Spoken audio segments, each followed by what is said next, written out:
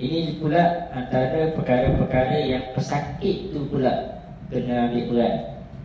Sebagai seorang pesakit, yang paling utama sekali, yang inilah yang paling saya titik berat, hadir temu janji yang ditetapkan. Sebagai pesakit, kita kena faham, kita nak minta tolong orang, kita nak minta tolong orang, tapi kadang-kadang kita pula sombong dengan orang yang kita minta tolong. Dah set temu janji, tak hadir. Waktu set temu janji ni macam beria-ria nak buat rawatan malam ni dan sebagainya. Bila dah set temu janji, kita tunggu, perawat tunggu, snap macam tu je.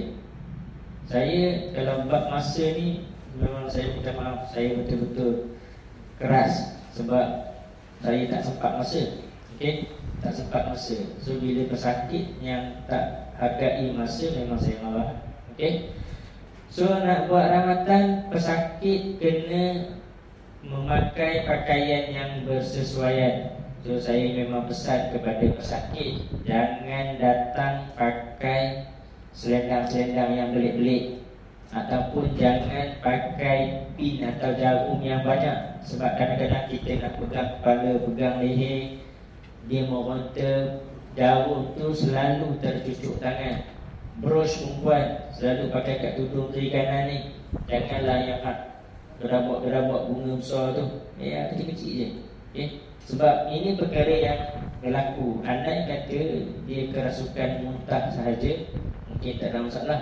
Yang mana yang meronta-ronta, dia libah tangan, buka sinar, brush yang besar-besar tu akan boleh mencederakan si perawat.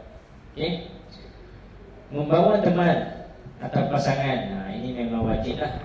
Sebaik-baiknya pesakit berwuduk sebelum perawatan. Pesakit juga perlu kena ikhlaskan niat dalam mencari kesembuhan. Yang seterusnya ni tidak membandingkan antara perawat. Saya dah pergi buat rawatan dengan Ustaz Junaidi, dia buat bagus. Saya pergi buat rawatan dengan Ustaz Ghazali, Ustaz Ghazali buat tak bagus dan sebagainya. Ini yang kena pesakit elakkan. Walaupun kita dapat tahu maklumat, dia dah pergi ke masjid sana, dia dah buat rawatan. Cuma masa cakap kesembuhan tu kita tak tahu di tangan siapa. Mungkin di tangan kita, mungkin juga di tangan perawat yang lain. So pesakit elakkan membuat provokasi. Saya kata lah, ada pesakit yang dia paksa perawat nak buat rawatan sekarang. Ada yang pernah dia marah saya, orang tengah sakit ni lah nak buat rawatan sekarang lah, on the spot. Saya cakap nak buat rawatan sekarang tengah sakit, tapi saya pun tak ada kat rumah, kata. Saya pun tengah ada kat luar. Macam mana saya nak ambil kes tu, kata.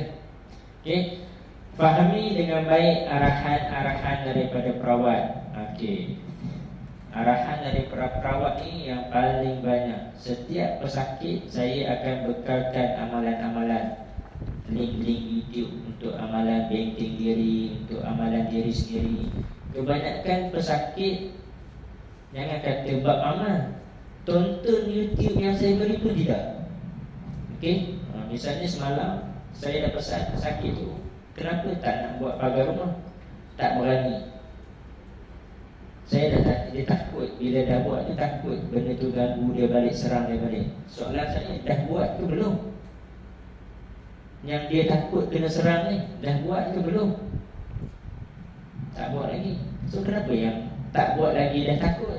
Kalau dah buat kena serang, then baru kita cerita. Dan saya tanya soalan seterusnya, dah tengok YouTube ke belum? Tengok pun belum. So macam mana nak seterusnya untuk buat? Ini yang kita kena tekankan kepada pesakit. Malah pernah ada kes yang saya tak nak ambil rawatan susulan. Dia dah ambil limau, setiap perawatan ada minum air jampi dan limau. So bila dia datang minggu depan, dia kata limau tak habis lagi, garam tak habis lagi, air ada banyak lagi. So question bagi saya, kalau limau tak habis lagi, garam sepaket tu tak habis lagi, bermaksud memang dia tak guna untuk minum dan dia tak guna untuk mandi. Macam mana nak sembuh kalau ubat tak nak makan? Okey. So duduk menjelujur dan tutup mata, ini juga terpulang. Ada masa saya suruh pesakit duduk atas kerusi juga boleh, duduk bersila pun juga boleh, tak ada masalah. Okey. Yang ni berusaha mendengar bacaan ayat ruqyah dengan baik. Okey, sebab tu kalau boleh saya minta pesakit menutup mata supaya pesakit betul-betul fokus mendengar ayat-ayat dan bacaan ayat-ayat ruqyah. Okey.